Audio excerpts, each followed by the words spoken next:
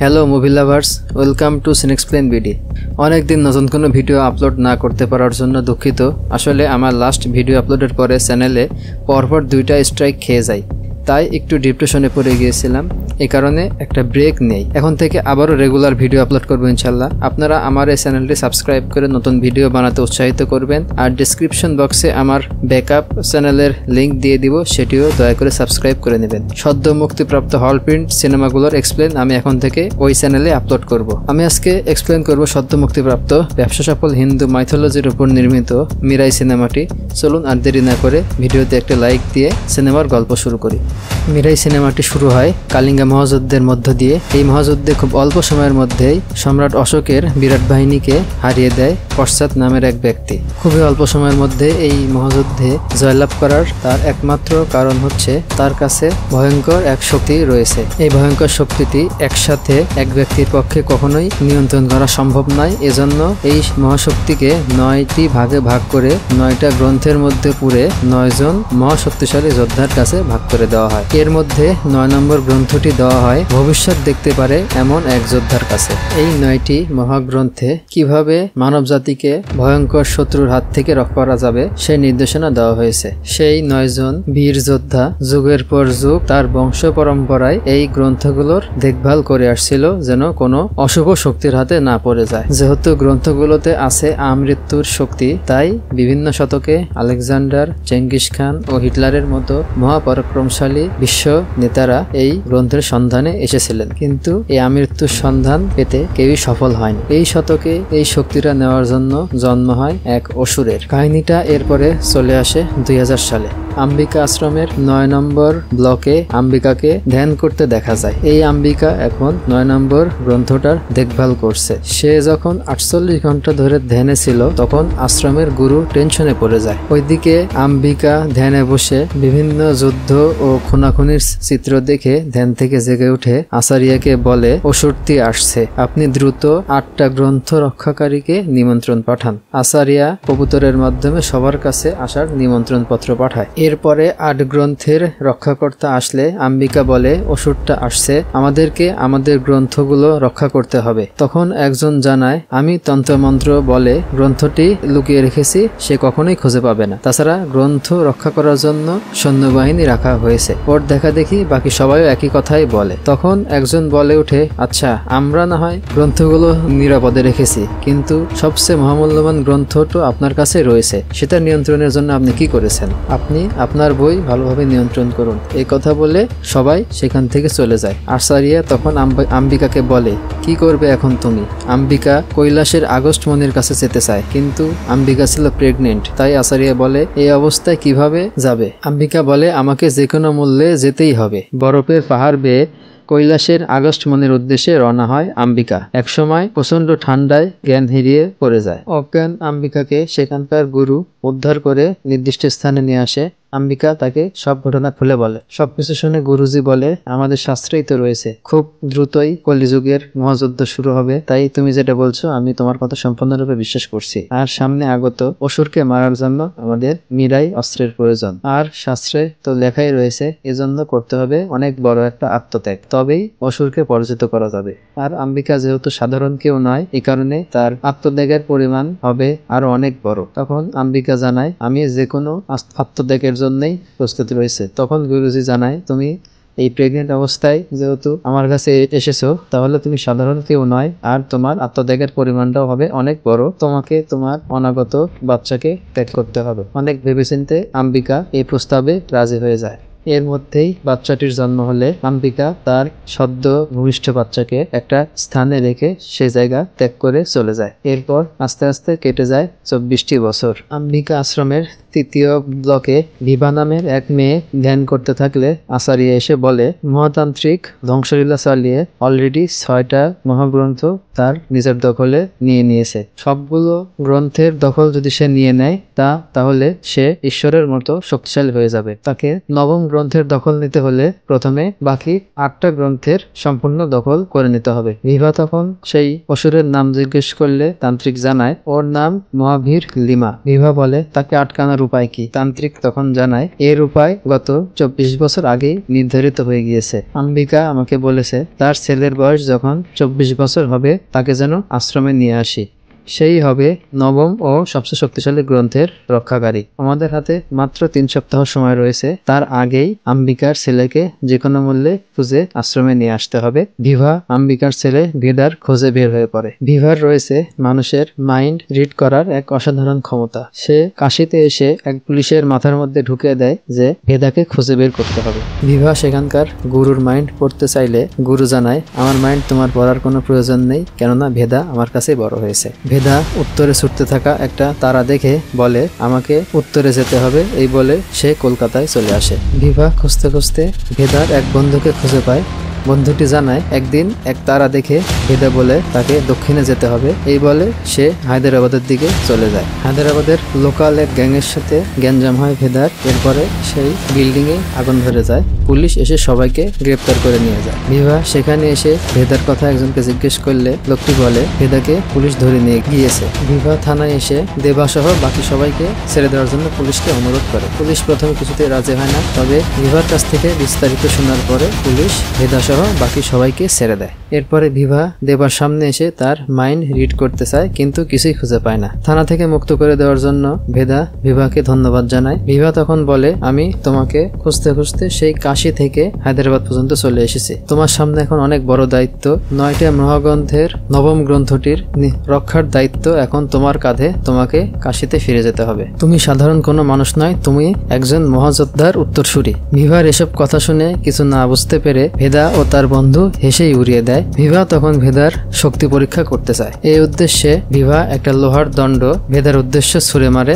ভেদা সেটা অনায়াসেই ভেঙে ফেলে। ভিভা তখন বলে এই দেখো তোমার শক্তি, আর আমি সকল মানুষের মাইন্ড রিড করতে পারি, কিন্তু একমাত্র তোমারটাই আমি পড়তে পারিনি, কেননা তুমি নবম গ্রন্থের মহারক্ষাকর্তা। ভেদা তবুও ভিভার কথা বিশ্বাস করতে চায় না, এজন্য তাকে তার বন্ধুর মাইন্ড পড়ে জানাতে বলে। ভিভা তখন বলে তোমার বন্ধু তোমাকে কাল থেকে গালি দিয়ে যাচ্ছে, কেননা হোটেলে তোমাদের মধ্যে একটা ঘটনা ঘটেছে। কিন্তু ভেদা বলে আমার বন্ধু আমাকে কেন গালি দিতে যাবে? তবে ওর বন্ধু এটা শুনে থ মেরে দাঁড়িয়ে থাকে, আর তার চেহারার মধ্যেও একটা আতঙ্কের ভাব ফুটে ওঠে। তা এটা দেখে ভেদার আর বুঝতে বাকি থাকে না ভিভা যেটা বলছে সেটা একদমই সত্যি কথা বলছে। পাশ থেকে পুলিশ ভিভার এ সমস্ত কার্যক্রম পর্যবেক্ষণ করছিল। ভিভা কবুতরের মাধ্যমে তখনই আসারিয়ার কাছে ভেদার দেখা পাওয়ার খবরটি পাঠিয়ে দেয়। এই খবর পেয়ে তো আসারিয়া খুবই খুশি হয়ে যায়, বলে একদিকে আলো আরেকদিকে অন্ধকার, দেখি বিজয় কার হয়। তখন দৃশ্যপটে আসে মহাবীর লিমা। সে নতুন একটি তরোয়াল বানিয়েছে। দৃশ্যপটে আসে জাপানের একটা নিনজা স্কুলে। অশোকের 7ম গ্রন্থটি এই নিনজা দেখাশোনা করছেন। এক প্রফেসর তার কাছে এসে অশোক গ্রন্থটি চায়, কিন্তু নিনজা কোনোভাবেই সেটা দিতে রাজি হয় না। প্রফেসর তখন তাকে ব্ল্যাক শারদ আসছে এটা বলার পরেও সে কোনোভাবেই ভয় পায় না। আসলে মহাবীর লিমার আরেক নাম ব্ল্যাক শারদ। ঠিক তখনই লিমা সেখানে এসে উপস্থিত হয়। এরপর লিমা সেই রক্ষাকর্তা সহ সেখানে উপস্থিত সকলকে হত্যা করে। এরপরে বইটা নিতে গিয়ে দেখে বইটার উপরে এক সাপ পাহারা দিচ্ছে। লিমা এরপরে সাপটাকে ভ্যানিশ করে দিয়ে বইটি হাতে নিয়ে বলে এই 7টা গ্রন্থ কবজা করতে আমার 24টি বছর পার হয়ে গিয়েছে, আর একটা গ্রন্থ খুঁজে বের করার জন্য আমার হাতে রয়েছে মাত্র 2 সপ্তাহ। এর মধ্যেই আমার লক্ষ্য সফল হতে হবে। এরপরে আমরা আবারও হায়দ্রাবাদে ফিরে আসি। লোকাল গ্যাং আবারও ভেদাকে খুঁজে বেড়াচ্ছে। তাদের হাত থেকে পালিয়ে ভিভা ও ভেদা একটি স্থানে গিয়ে লুকায়। ভিভার সৌন্দর্য দেখে ভেদা মুগ্ধ হয়ে যায়, তবে সেটা ধরে ফেলে ভিভা। ভিভা বলে তোমার মাইন্ড না পড়তে পারলেও আমি তোমার চেহারা দেখে কিন্তু সব বুঝতে পেরেছি, কিন্তু তোমার মাথায় এখন অনেক বড় দায়িত্ব, এসব প্রেম প্রীতির ভেজাল থেকে তুমি দূরে থাক। কিন্তু ভিভার সৌন্দর্যে ভেদা পুরাপুরি পাগল হয়ে যায়, এটা সে তার বন্ধুকেও জানায়। পরদিন ভেদা ভিভার আশ্রয়স্থানে চলে আসে। রুমে প্রবেশ করে করে ভেদা দেখে ভিভা গভীর ধ্যানে মগ্ন। তারা মনে করে হয়তো ভিভা কোনো কালো জাদু করছে। তখনই ভিভার কাছে আসারিয়ার কবুতর চলে আসে। চিঠি পড়ে ভিভা জানতে পারে লিমা সপ্তম গ্রন্থটিও কবজা করে ফেলেছে। তাই আসারিয়া ভেদাকে খুব দ্রুতই প্রস্তুত করার জন্য নির্দেশ দেয়। এই চিঠি পড়ে ভিভা ভেদাকে নিয়ে বাইরে চলে আসে। ভেদা তখন ভিভাকে তার প্রেমের কথা জানায়। তবে ভিভা বলে আমাদের হাতে একদমই সময় নেই, লিমার হাতে 7টি গ্রন্থ পৌঁছে গেছে, তোমাকে খুব দ্রুতই নিজেকে প্রস্তুত করে নিতে হবে। তবে ভেদা এগুলো কোনোভাবেই মেনে নিতে পারছিল না। সে বলছে আমি একজন সাধারণ মানুষ, এসব ভেজালের মধ্যে আমাকে কোনোভাবেই জড়ানো উচিত হবে না। তখন ভিভা তার নামকরণের ইতিহাস বলে ভেদাকে তার মায়ের কথা বলে যে তোমার মায়ের নাম আম্বিকা, তিনি একজন অনেক সম্মানিত ব্যক্তি ছিলেন, তাকে সবাই শ্রদ্ধা করত, তিনি মানুষের ভবিষ্যৎ দেখতে পারতেন। তবে ভেদা বলে আমার কোনো মা নেই, আমার রাস্তায় অনাথ শিশুর মতো আমার জন্ম, আমি রাস্তার অনাথ শিশুর মতো বড় হয়েছি, কাশির অলিতে গলিতে মানুষ যে যা দিয়েছে সেটাই কুড়িয়ে খেয়ে বড় হয়েছে। দৃশ্যপটে আবারও লিমা চলে আসে। প্রফেসর লিমাকে বলে তুমি সবসময় 8টা গ্রন্থের কথাই বলো, কিন্তু 9ম গ্রন্থের কথা তুমি কখনোই মুখে আনো না। লিমার চোখে ভেসে ওঠে আম্বিকার চেহারা। আম্বিকা তাকে বলেছিল তুমি কখনোই 9ম গ্রন্থের দখল নিতে পারবে না। লিমা প্রফেসরকে বলে আম্বিকা অবশ্যই 9ম গ্রন্থটি রক্ষার জন্য কোনো না কোনো পরিকল্পনা করেই রেখেছে, আমাদেরকে আগে সেই পরিকল্পনা খুঁজে বের করতে হবে। দৃশ্যপটে আসে তিব্বতের একটা আশ্রম। সেখানে আচারিয়াকে একজন বলে তোমার সময় এসেছে এখন আম্বিকার আশ্রমে ফিরে যাওয়ার। এই কথা বলেই ব্যক্তিটি আচারিয়াকে মেরে ফেলে। অর্থাৎ ইউগা নামের এই ব্যক্তিও আম্বিকার গ্রন্থের সন্ধানেই ঘুরছে। এরপরে ভিভা আবারও ভেদার কাছে ফিরে আসে। তবে ভেদার মনে একটাই চিন্তা, সেটা হলো ভিভার প্রতি ভালোবাসা, আর অন্য কোনো দায়িত্বের কথা তার মাথাতেই নেই। ভিভা তখন একটা কার্ড দেখিয়ে ভেদাকে বলে এই কার্ডটি তুমি কোথায় পেয়েছো? ভেদা বলে পুরানো মার্কেট থেকে কিনেছি। ভিভা বলে তুমি যদি এই কার্ডটি না কিনতে তাহলে 4 জন ব্যক্তি মারা যেত, কেননা এই কারটির স্টিয়ারিং নষ্ট ছিল। এরপরে একটা বাস দেখিয়ে বলে তুমি যদি এই বাসটি না কিনতে তাহলে ফিটনেস বিহীন এই বাসটি স্কুলে ঢুকে পড়ে সকল বাচ্চাদের মেরে ফেলতো। এরপরে বলে তুমি যে লোকাল গ্যাংয়ের সঙ্গে ঝগড়া করছো এটা আসলে মানুষের কল্যাণের জন্য, তোমাকে পৃথিবীতে পাঠানোই হয়েছে মানুষের উপকারের জন্য। তবে এসব কথা ভেদার কাছে শুধুই গাল গল্প বলে মনে হয়, কিছুই সে বিশ্বাস করে না। এরপরে একটু পিছনের দৃশ্য দেখানো হয়। ভেদা তার বন্ধুদের নিয়ে একটি কার চুরি করছে। কারটির পিছনের ডিক্কিতে কিছু নড়াচড়া শব্দ পেয়ে ভেদা তুলে দেখে সেখানে 2 জন স্কুল পড়ুয়া বাচ্চার মুখ বাঁধা অবস্থায় শুয়ে আছে। এটা দেখে তো ভেদার চক্ষু চরকগাছ হয়ে যায়। ভিভা তখন বলে এবার বিশ্বাস করলে তো তোমাকে আসলেই মানুষের কল্যাণের জন্য পাঠানো হয়েছে। ভেদা তখন বলে আচ্ছা ঠিক আছে, তোমার কথা আপাতত আমি বিশ্বাস করলাম, কিন্তু পুরো ঘটনাটা তুমি আমাকে খুলে বলো। ভিভা তখন জানায় অশোকের 9টা গ্রন্থ কোনো খারাপ ব্যক্তির হাতে পড়লে সে ঈশ্বরের মতো ক্ষমতাশালী হয়ে যাবে, তার হাতে অসংখ্য মানুষ মারা যাবে। একজন অলরেডি 7টা গ্রন্থ নিজের কবজায় নিয়ে ফেলেছে, আর একটা কবজা করতে পারলেই এরপরেই 9ম ও সবচেয়ে শক্তিশালী গ্রন্থের উদ্দেশ্যে সে চলে আসবে, আর এটিকে রক্ষা করার দায়িত্ব একমাত্র তোমার। তাই তোমাকে খুব দ্রুতই মীরাই ফিরে যেতে হবে। ভেদা তখন বলে মীরা আমি কিভাবে যাব? ভেদা তখন তাকে তার মা আম্বিকার স্মরণ করতে বলে এবং একটা বিশেষ পদ্ধতি শিখিয়ে দেয়। এই পদ্ধতির মাধ্যমে মায়ের গর্ভ থাকা অবস্থায় মা তাকে কি কি বলেছিল এটা শুনতে পাওয়া যায়। ভেদা তখন আম্বিকার কথা শুনতে পায়। আম্বিকা ভেদাকে বলছে 9ম গ্রন্থ রক্ষা একমাত্র তাকেই করতে হবে, এজন্য তাকে মীরা আসতে হবে, আর কিভাবে তার সঙ্গে ভেদার দেখা হবে সেটাও সেখানে খুলে বলে। মায়ের এ সকল কথা শুনে একেবারে স্তব্ধ হয়ে যায় দেবা। ভেদা তার নাক দিয়ে রক্ত পড়া শুরু করে। ভিভা এসব দেখে খুব খুশি হয় এবং আচারিয়াকে এগুলো জানিয়ে একটা চিঠি পাঠায়। দৃশ্যপটে আসে মরক্কো। সেখানে লিমা ও প্রফেসর 8ম গ্রন্থটির খোঁজ করছে। প্রফেসর তার গবেষণায় দেখতে পায় হঠাৎ মরক্কোর একটি পাহাড় একেবারে উধাও হয়ে গিয়েছে। এটা কোনো সাধারণ মানুষ বা যন্ত্রের পক্ষে সম্ভব নয়, নিশ্চয়ই 8ম গ্রন্থটি সেখানেই রয়েছে। তাই তারা চলে এসেছে মরক্কোতে। এরপরে সেই গ্রন্থের রক্ষাকারীদের কাছে গ্রন্থটি চায়, কিন্তু তারা সেটা যেতে কোনোভাবেই রাজি হয় না এবং লিমাদের উপর আক্রমণ করার জন্য তার সৈন্যদের নির্দেশ দেয়। সবাই লিমার উপর অদ্ভুত ধরনের অস্ত্র নিয়ে হামলা করে। সৈন্যদের অদ্ভুত অস্ত্রের মুখে প্রথমে একেবারে কোণঠাসা হয়ে পড়ে লিমা, তবে খুব অল্প সময়ের মধ্যেই তার তরোয়াল ও ঢাল নিয়ে তাদের মুখোমুখি লড়াই শুরু করে। এবার আর সৈন্যরা তার সাথে পেরে ওঠে না। অবস্থা বেগতিক দেখে বইটির রক্ষা করা কর্তা সেখান থেকে পালিয়ে অন্য কোথাও চলে যেতে চায়, কিন্তু লিমা গিয়ে তার হাত কেটে বইটি নিজের দখলে নিয়ে নেয়। এরপরে অষ্টম গ্রন্থের শক্তিটা তার মধ্যে আসলে একটা সিংহাসন বানিয়ে বসে পড়ে। মনে করতে থাকে সে এখন সকল ক্ষমতার অধিকারী। প্রফেসর সেখানে উপস্থিত মানুষদের ডেকে বলে, লিমার আনুগত্য করো। উপস্থিত জনগণ ভয় পেয়ে গিয়ে সত্যি সত্যি লিমার আনুগত্য শুরু করে। এরপরে ইয়োগা আম্বিকা আশ্রমে এসে আচারিয়ার কাছ থেকে নবম গ্রন্থটি চায়, কিন্তু আচারিয়া বলে এটা তো তুমি কখনোই পাবে না। সে সময় ভিভার পাঠানো চিঠি নিয়ে কবুতরটি আশ্রমে চলে আসে। চিঠিটি ধরে ফেলে ইয়োগা চিঠিটি পড়ে বলে, ভাগ্য আসলে আমাকে খুঁজে বের করেছে। কিন্তু আচারিয়া বলে, এসব করে কোনো লাভ নেই, তুমি আমাকে মেরে ফেললেও নবম গ্রন্থের খোঁজ পাবে না। ইয়োগা তখন আচারিয়াকে মেরে ফেলে পুরো আশ্রমে আগুন ধরিয়ে দেয় এবং কবুতরটার পায়ে একটা জিপিএস ট্র্যাকার লাগিয়ে দেয়। এদিকে মায়ের কথা শোনার পর থেকে ভেদার আচরণে ব্যাপক পরিবর্তন লক্ষ্য করা যায়। সে আশেপাশে থাকা বিভিন্ন অসহায় মানুষদের সাহায্য করতে থাকে, বিনা পারিশ্রমিকেই সে মানুষকে সাহায্য করছে। এগুলো দেখে তার সহযোগী দুই বন্ধু একটু রাগান্বিত হয়, বলে তুই মায়ের কথা মনে করার পর থেকেই অনেক পাল্টে গিয়েছিস। তারা দুজন ভিভাকে সেখান থেকে সরিয়ে দেওয়ার পরিকল্পনা করতে থাকে, কেননা ভিভার কারণে তাদের ব্যবসা লাটে ওঠার উপক্রম হয়েছে। তখনই আম্বিকা আশ্রমের কবুতরটি ভিভার কাছে আসে। ভিভা কবুতরের পায়ে রক্ত আর ট্র্যাকার থেকে ভিভা বলে, আমাদের অনেক দেরি হয়ে গিয়েছে, অনেক মানুষের মৃত্যু ঘটে গিয়েছে অলরেডি, তারা এখন আমাদের দিকেই আসছে। ভিভা বলে, আমাকে এখনই ভেদার কাছে যেতে হবে। এদিকে পুলিশ আগে থেকে সন্দেহ করায় ভিভার শরীরে একটা রেকর্ডার লাগিয়ে দিয়েছিল। ভিভার মুখ থেকে মানুষ হত্যা আর ট্র্যাকারের কথা শুনে অনুধাবন করে যে বড় কোনো ধামাকা ঘটতে চলেছে, তাই পুরা পুলিশ ফোর্স সমস্ত এলাকাটি ঘিরে ফেলে। ঠিক তখনই ভিভার আশ্রয়স্থলে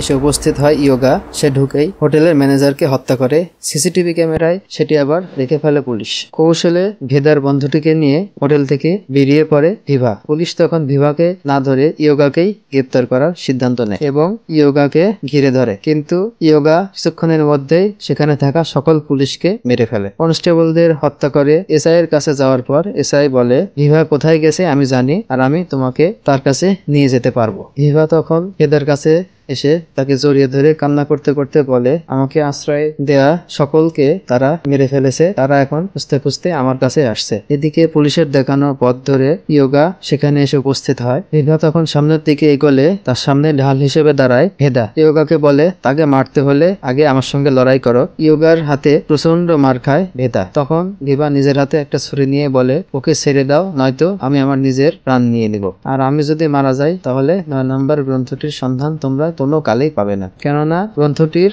সন্ধান একমাত্র আমি দিতে পারবো, পৃথিবীতে আর কেউ পারবে না। এটা শুনে ইয়োগা ভেদাকে ছেড়ে দেয় এবং ভিভাকে নিয়ে হেলিকপ্টারে উঠতে থাকে। এটা দেখে আহত ভেদা আবারও বিশেষ পদ্ধতিতে মাকে স্মরণ করা শুরু করে। গর্ভাবস্থায় তার মা বলে, তোমাকেই নবম গ্রন্থের রক্ষা করতে হবে। কৈলাসের গুরু গর্ভাবস্থায় ভেদাকে একটা বিশেষ ক্ষমতা দিয়েছিল, সেটা হলো মিরায়ের ম্যাপ। আরো জানায় সঠিক সময়েই সেটা তার বুকে ভেসে উঠবে। তখনই ভেদার বুকে একটা দাগ ভেসে ওঠে। এরপরে হসপিটালে জ্ঞান ফেরার পরে ভেদা তার যে বন্ধু সবচেয়ে ভালো ম্যাপ বুঝতে পারে তাকে ডাকে। বন্ধুটি বুকের দাগ দিয়ে গুগল ম্যাপে খুঁজতে খুঁজতে দেখে সত্যি এটা একটা ম্যাপ, এটাই মিরায়ের আসল ম্যাপ, যার অবস্থান নর্থ হিমালয়ে। ভেদা তখন তার বন্ধুকে নিয়ে সেই লোকেশনের দিকে রওনা হয়, কেননা ভেদা মনে করে সেখানেই হয়তো তার মা ও ভিভার সন্ধান পাবে। তারা হাঁটতে হাঁটতে হিমালয়ের একদম শেষ প্রান্তের গ্রামে গিয়ে পৌঁছায়। গ্রামের লোকেরা একটা পূজা করছিল, তারা ভেদাকে আর সামনে এগোতে নিষেধ করে, বলে যারা এর সামনে এগিয়েছে তারা কেউই আর ফেরত আসেনি। কিন্তু ভেদা তাদের কোনো কথারই তোয়াক্কা না করে সামনের দিকে এগোতে থাকে। ভেদা মায়ের কাছ থেকে জেনেছে মিরায়ের পাহারা দেয় সম্প্রতি নামের এক বিরাট আকৃতির পাখি। ভেদা মিরায়ের ম্যাপ ফলো করে মিরায়ের ওই স্থানে এসে পৌঁছালে একটা বিশেষ স্থানে পৌঁছায়। তার সামনে এসে উপস্থিত হয় সম্প্রতি নামের দানব আকৃতির সেই পাখিটি। ভেদা কোন রকম ভয় ডর ছাড়াই পাখিটির সাথে লড়াই শুরু করে। মা তাকে এটাও শিখিয়ে দিয়েছিল যে সম্প্রতির নিয়ন্ত্রণ নিতে হলে তার মাথায় হাত বুলিয়ে দিতে হবে, তবেই সে এখানে আসার উদ্দেশ্যটা সম্পর্কে জানতে পারবে আর পোষ মেনে যাবে। ভেদা মায়ের এই কথা মতো সম্প্রতিকে বরফ শীতল পানির মধ্যে নিয়ে আসে এবং মাথায় হাত বুলিয়ে পোষ মানিয়ে ফেলে। এরপরে ভেদা সেখানে থাকা লাঠির মতো একটা বস্তু হাতে তুলে নেওয়া মাত্রই তার পুরো শরীর রঙিন হয়ে ওঠে। তারপর ওই লাঠিটা হাতে নিয়ে ভেদা গ্রামে ফিরে। গ্রামের সবাই তো ওকে দেখে অবাক হয়ে যায়, এতদিন যেখান থেকে কেউ ফেরত আসতে পারেনি, কিন্তু ভেদাকে সুস্থ অবস্থায় ফেরত আসতে দেখে স্থানীয় সবাই ভেদার প্রতি আনুগত্য প্রকাশ করে। এদিকে পুলিশ হেডকোয়ার্টারের স্পেশাল টাস্ক ফোর্সে ইয়োগার পুলিশ বাহিনী হত্যার ভিডিও ভিডিওটি পর্যবেক্ষণ করা হয়, সেই সিআইকেই কেসটি তদন্তের দায়িত্ব দেওয়া হয়। এদিকে ভিভাকে লিমার আস্তানায় তুলে নিয়ে এসে টর্চার শুরু করে ইয়োগা। তার কারণ নবম গ্রন্থ কোথায় আছে সেটা ভিভাও জানে না। মিথ্যা বলায় তাকে টর্চার করতে থাকে। ভেদা তার বন্ধুকে লাঠিটি দেখিয়ে বলে, এই লাঠির মধ্যে বিশেষ ক্ষমতা রয়েছে, কিন্তু কিভাবে কাজ করতে হয় সে সম্পর্কে আমি কিছুই জানি না। তখনই পাশে বসে থাকা দুই বাচ্চার উপরে একটা গাছ পড়তে থাকলে ভেদা দৌড়ে গিয়ে গাছটি ঠেকায়। পরক্ষণেই দেখা যায় গাছটি আসলে ভেদা ধরেনি, ধরেছে কৈলাসের ওই এক গুরু। ভেদা জিজ্ঞেস করে, আপনার নাম কি? গুরু বলে, অগাস্ট। ভেদা তখন জিজ্ঞেস করে, আপনাকে তো আমি ঠিক চিনলাম না, আপনি কোথা থেকে আসলেন? এজি তখন জানায়, তোমার মা আমাকে খুব ভালোভাবেই চিনত। এটা শুনে ভেদা এজিকে লাঠিটি দেখিয়ে তার পাওয়ার সম্পর্কে অবগত করতে বলে। এজি তখন লাঠির সাহায্যে নিমিষেই একটা স্থানে নিয়ে এসে বলে, এই জায়গাটাই হচ্ছে মিরাই। ভেদা এই লাঠির পাওয়ার দেখে লাঠিটির সাহায্যে তার মায়ের কাছে যেতে চায়, এমনকি নবম গ্রন্থের কাছেও, কিন্তু লাঠিটি কোনো কাজই করে না। তখন বলে, এই মিরাই নাকি আমার আত্মা দিয়ে তৈরি, মা এটা আমাকে বলেছিল, তাহলে এখন আমার কথা মতো কাজ হচ্ছে না কেন? তখন এজি জানায়, আগে মিরাইকে তোমার আয়ত্তে নিয়ে আসতে হবে, তবেই এটা তোমার কথা মতো কাজ করবে। এরপরে মিরাইয়ের সাহায্যে চলে আসে একটা ধুধু মরুভূমিতে। এরপরে মিরাইয়ের সাহায্যে একটা গাছ তৈরি করে বলে, এই ধুধু মরুভূমিতে যেভাবে গাছ জন্মালো ঠিক একইভাবে তোমাকে মিরাইকে বুঝতে হবে। যেদিন মিরাই ও তুমি একত্রিত হবে সেদিনই হবে মহাযুদ্ধ। এটা শুনে ভেদা জিজ্ঞেস করে, মহাযুদ্ধটি হবে কোথায়? এজি বলে,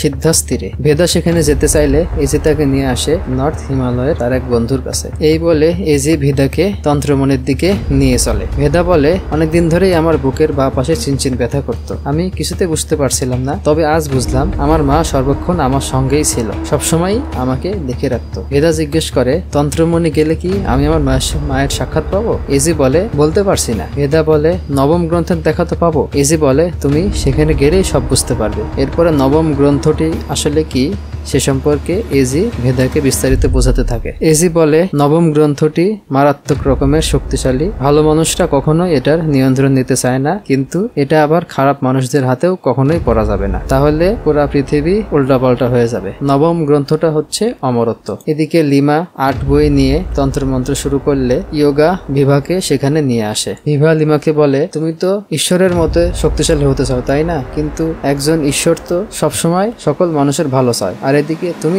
কি করছো? তুমি তো শুধু মানুষদের খুন করে বেড়াচ্ছ। তখন লিমা তার ছোটবেলার গল্প শোনাতে থাকে, বলে, এই গডই আমাকে এই পর্যায়ে নিয়ে এসেছে। আমার খুব অল্প বয়সেই বাবা দ্বিতীয় বিয়ে করে, আর গ্রামের লোকেরা আমার মাকে ডাইনি অপবাদ দিয়ে আগুন দিয়ে পুড়িয়ে ফেলে, আর আমাকে অমানুষ আখ্যা দেয়। আমি গ্রামের মানুষের ভালোর জন্য পাহাড় কেটে পানি নিয়ে আসি, কিন্তু পণ্ডিত বলে এটাতে নাকি আমার কোনো হাত নেই, যা করেছে সব ওই ঈশ্বরই করেছে। এতে আমি অনেক রেগে যাই এবং গ্রামে থাকা ঈশ্বরের মূর্তিটি ভেঙে ফেলি। এতে গ্রামের লোকেরা সবাই আমার দিকে পাথর নিক্ষেপ করে। এরপর থেকে ঈশ্বরের প্রতি আমার রাগ চরম আকার ধারণ করে। প্রথমে আমি আমার বাবা ও দ্বিতীয় মাকে মারি, কিন্তু আমার রাগ কোনোভাবেই মেটে না। এরপরে আমি গ্রামের পণ্ডিতকে মারি, কিন্তু তাতেও আমার রাগ একটু কমে না। এরপরে পুরো গ্রামের মানুষকে আগুনে পুড়িয়ে মারার পরেই আমার হৃদয়ে শান্তি আসে। তাই আমাকে আর তুমি ঈশ্বরের কাহিনী শোনাতে এসো না, আমি নিজেই এই পৃথিবীর ঈশ্বর হতে চাই। আমি সারা পৃথিবীতে আমার নিজের হুকুম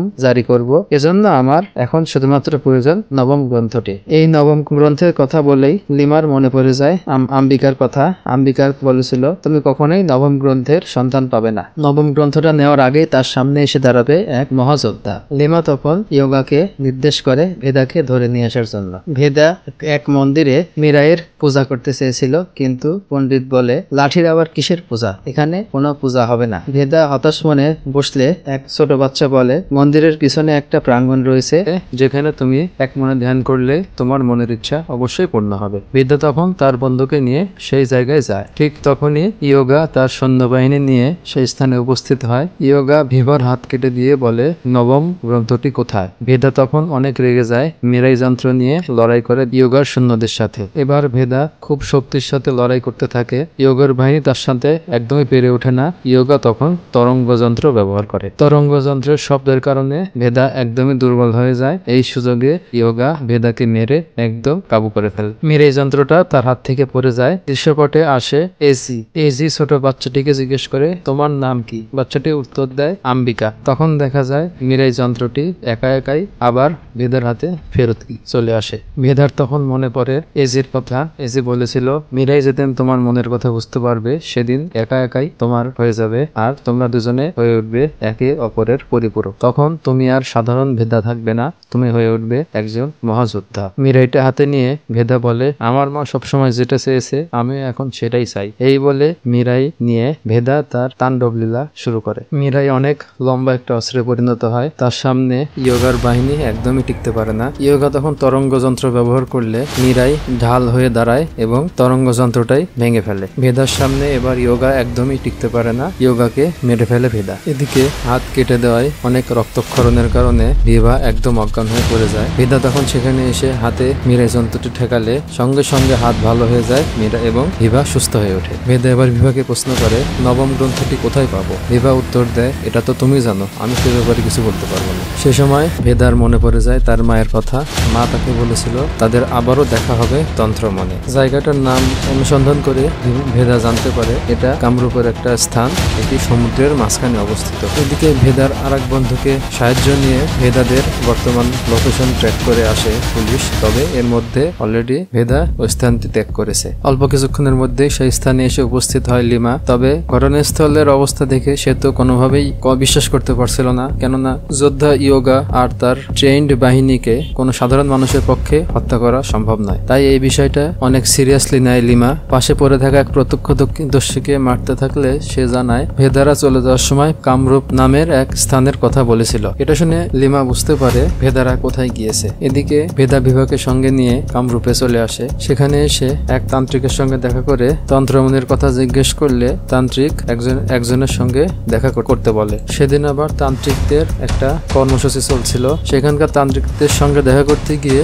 ভেদা দেখে তারই এক বন্ধু সেখানে আগে থেকে উপস্থিত। বন্ধুটি জানায় তাদেরকে বাঁচাতেই সে এই স্থানে এসেছে। তখনই মঞ্চে চলে আসে আঙ্গামাবলি নামক ওই ব্যক্তিটি। ভেদা তখনই আঙ্গামাবলির সঙ্গে কথা বলতে চায়, কিন্তু সামনে তো অনেক তান্ত্রিক, কিভাবে সে মঞ্চ পর্যন্ত পৌঁছাবে? এই কারণে ভেদা মিরাইয়ের সাহায্য নিয়ে উড়ে যেতে থাকে। নিচে থাকা পুলিশ তাকে দেখে গুলি চালাতে থাকে, কিন্তু মিরাই একটা বলয় সৃষ্টি করে, ফলে একটা গুলিও ভেদার গায়ে লাগে না। একটু পরেই ভেদা উড়ে গিয়ে মঞ্চে উপস্থিত হয়। আশেপাশে থাকা তান্ত্রিকগুলো তাকে মারতে আসে, তবে আঙ্গামাবলি তাদের থামায়। ভেদার হাতে মিরাই দেখে সে বলে আম্বিকা যা বলেছিল সেটাই সত্যি, কলিযুদ্ধের সময় চলে এসেছে। এই বলে আঙ্গামাবলি ভেদাদেরকে নিয়ে একটা স্থানের দিকে রওনা হয়। পুলিশ তাদের পিছু নেওয়া শুরু করলে তান্ত্রিক একটা তন্ত্রের মাধ্যমে তাদেরকে ডিস্ট্রাক্ট করে অন্য একটা রাস্তায় পাঠিয়ে দেয়। আঙ্গামাবলি ভেদাকে নিয়ে একটা স্থানে চলে আসে। সেখানে উপস্থিত সকল ব্যক্তি ভেদাকে মান্য করা শুরু করে। সেই স্থানে একটা মূর্তি ছিল, মূর্তিতে আবার আগুন জ্বলছিল।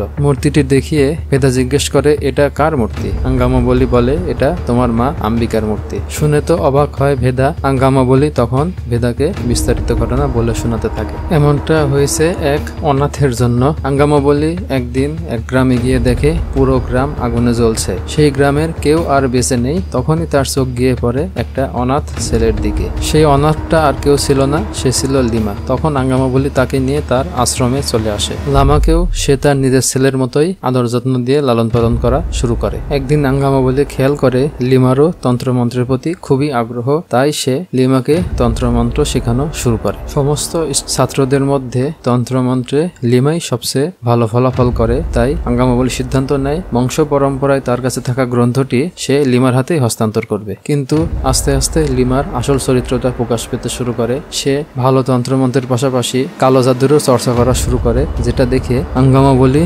গ্রন্থটি লিমাকে না দিয়ে তার নিজের ছেলেকেই প্রদান করে। এটা একদমই সহ্য করতে পারে না লিমা। তাই আঙ্গামাবলির ছেলের কাছ থেকে তন্ত্রমন্ত্রের বইটি নিয়ে প্রথম 2 পেজ দিয়ে একটা ব্রেসলেট বানায় লিমা, যেটা আঙ্গামাবলি দিয়েছে বলে সেখানকার সকলকেই পরিয়ে দেয়। পরের দিন তন্ত্রের সাহায্যে আঙ্গামাবলিকে একটা গাছের সঙ্গে বাঁধে লিমা। গ্রামের সবাই তাকে রক্ষা করতে আসলে মন্ত্র বলে সবাইকে কাবু করে ফেলে লিমা। এই কাজ কিনা সাধারণ কোনো তান্ত্রিকের পক্ষে একেবারেই সম্ভব না। আঙ্গামাবলি তখন তার পারিবারিক তান্ত্রিক গ্রন্থটি লিমার হাতে দেখে। লিমা আসলে আঙ্গামাবলির কুলির ছেলেকে হত্যা করে তার গ্রন্থটি ছিনিয়ে নিয়েছে। এরপরে সে সবার হাতে পরানো ব্রেসলেটের খেল দেখায়। ব্রেসলেটের কারণে সেখানকার সবাই লিমার বশে চলে আসে, সবাই একদম স্ট্যাচুতে পরিণত হয়। এভাবে তারা যদি এক রাত অবস্থান করে তাহলে সবাই চিরস্থায়ী পাথরের মূর্তিতে পরিণত হবে। মন্ত্রের এই ক্ষমতা দেখে তো লিমা খুবই খুশি হয়ে যায়, বলে মাত্র 2 পেজ পরে যদি আমি এত ক্ষমতার অধিকারী হতে পারি তাহলে পুরা বই কবজা করতে পারলে আমি কতটা শক্তিশালী হব।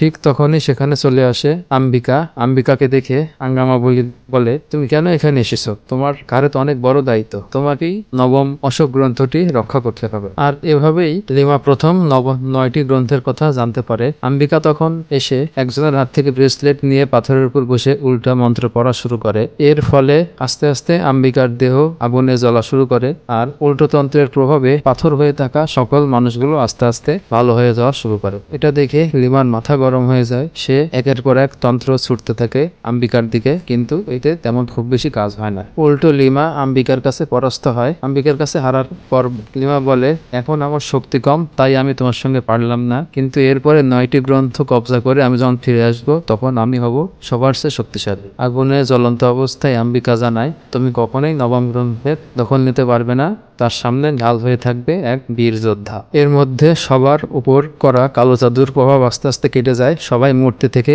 ভালো মানুষে পরিণত হয়, কিন্তু আম্বিকা আগুনে জ্বলন্ত একটা মূর্তিতে পরিণত হয়। এভাবেই আম্বিকা সারা জীবনের জন্য মূর্তিতে পরিণত হয়েছে, আর তার মূর্তির নিচে আগুন জ্বলছে। ভেদা তার মায়ের সম্পর্কে সবকিছু জানার পরে সেই মূর্তির সামনে দাঁড়িয়ে শপথ করে, বলে, তুমি অনেক ধন্য মা, পৃথিবীকে বাঁচানোর জন্য তুমি তোমার নিজের ছেলেকেই বলি দিয়ে দিয়েছিলে, মানুষকে বাঁচানোর জন্য তুমি তোমার নিজের জীবন ত্যাগ করেছো। আমিও তোমাকে কথা দিচ্ছি মা, 8টা গ্রন্থ লিমার কাছ থেকে উদ্ধার করে যার যার সঠিক স্থানে পৌঁছে দেব।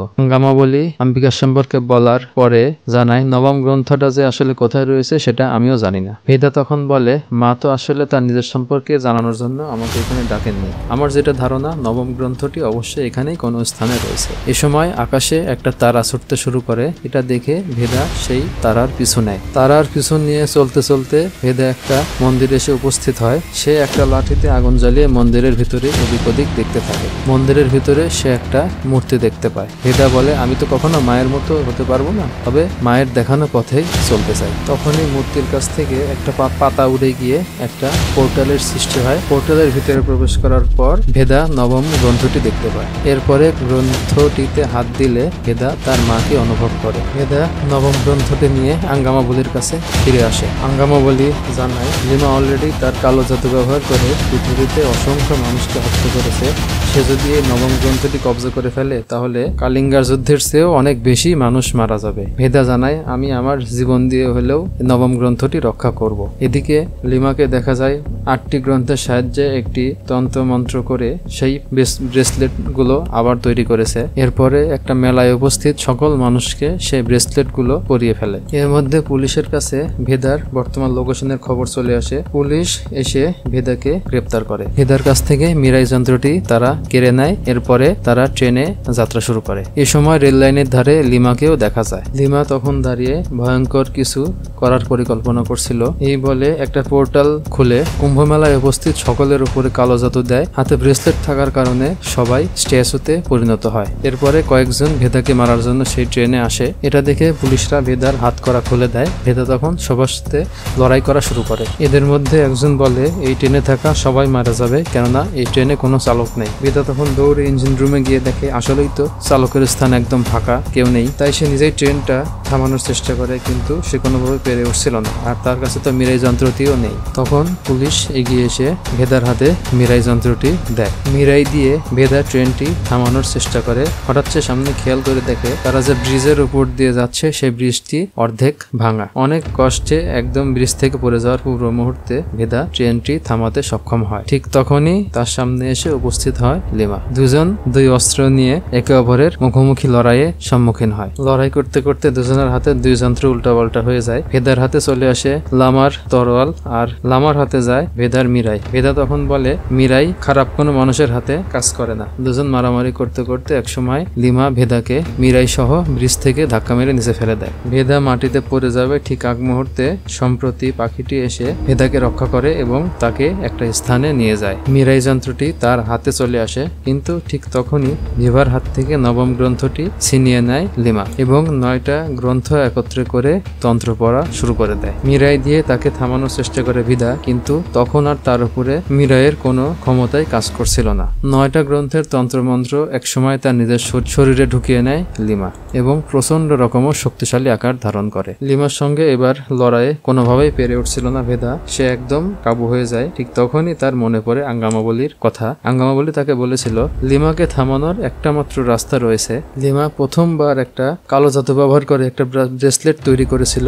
সেই ব্রেসলেট ব্যবহার করে লাখো মানুষের মৃত্যু ঠেকানো যাবে, আর আমি গত 20 বছর ধরে এই ব্রেসলেটটি সংরক্ষণ করে রেখেছি। তবে এই ব্রেসলেটটি নিতে হলেও একটা ত্যাগ স্বীকার করতে হবে। আঙ্গামাবলীর এই কথা মনে পড়লেই ভেদা তার কাছে থাকা ব্রেসলেটটি বের করে উল্টো মন্ত্র পড়া শুরু করে, ঠিক যেমনটা এর আগে তার মা করেছিল। মন্ত্র পড়া শুরু করলে তার শরীরে আস্তে আস্তে আগুন ধরা শুরু করে, তার মায়ের মতো। ফ্ল্যাশব্যাকে তার মায়ের কাছে ফিরে যায়। আম্বিকা এজিকে বলছিল আমি না হয় এখন আত্মত্যাগ করছি, কিন্তু একই ঘটনা যদি আমার ছেলের সাথেই ঘটে তখন কি হবে? এজি বলে এমন একটা সময় আসবে যখন ভেদা তার মৃত্যুকে আলিঙ্গন করবে, তখন প্রকৃতিও তার পক্ষ হয়ে কাজ করবে। তাছাড়া মিরাই কোনো সাধারণ অস্ত্র নয়, মিরাই হচ্ছে রামের ধনু। ভেদা তখন আগুন জ্বলন্ত অবস্থায় মন্ত্রতন্ত্র পড়ছিল। ঠিক তখনই প্রচন্ড ঝড় বৃষ্টি শুরু হয়, আর বৃষ্টির পানিতে ভেদার শরীরে জ্বলতে থাকা আগুনটি নিভে যায়। এরপরে মিরাইটা হাতে নেওয়ার সঙ্গে সঙ্গে সেটা অটোমেটিক ধনুকে রূপান্তরিত হয়। ভেদার ইশারায় একটা তীরও সৃষ্টি হয়। এরপরে ধনুকে তীর সেট করে লামাকে উদ্দেশ্য করে বলে এটাই হচ্ছে আসল ইতিহাস, এটাই হচ্ছে ভবিষ্যৎ, আর এটাই হচ্ছে মিরাই। এটা বলে লিমার দিকে তীরটি ছুঁড়ে মারে। তীরের আঘাতে লিমা একেবারে ধ্বংস হয়ে যায়। লামা মৃত্যুর সঙ্গে সঙ্গেই তার কালো জাদুর প্রভাবও শেষ হয়ে যায় এবং ব্রেসলেট পরানো মানুষগুলো পাথর থেকে আবার স্বাভাবিক মানুষে পরিণত হয়। তখন আকাশে একটা ধনুকের প্রতীক ভেসে ওঠে, সবাই কৃতজ্ঞতার সাথে স্মরণ করে। তো গাইজ, কেমন লাগলো আমার এক্সপ্লেনটি অবশ্যই কমেন্টে জানাবেন। আর নতুন চ্যানেল হিসেবে আমার জন্য কোনো পরামর্শ থাকলে সেটাও কমেন্টে জানাতে ভুলবেন না। আরও নতুন নতুন সিনেমার গল্প শোনার জন্য অবশ্যই ভিডিওতে লাইক দিয়ে চ্যানেলটি সাবস্ক্রাইব করে নেবেন। অতি দ্রুতই আমি নতুন কোনো সিনেমার গল্প নিয়ে হাজির হব। সে পর্যন্ত সকলে ভালো থাকবেন। আলবিদা।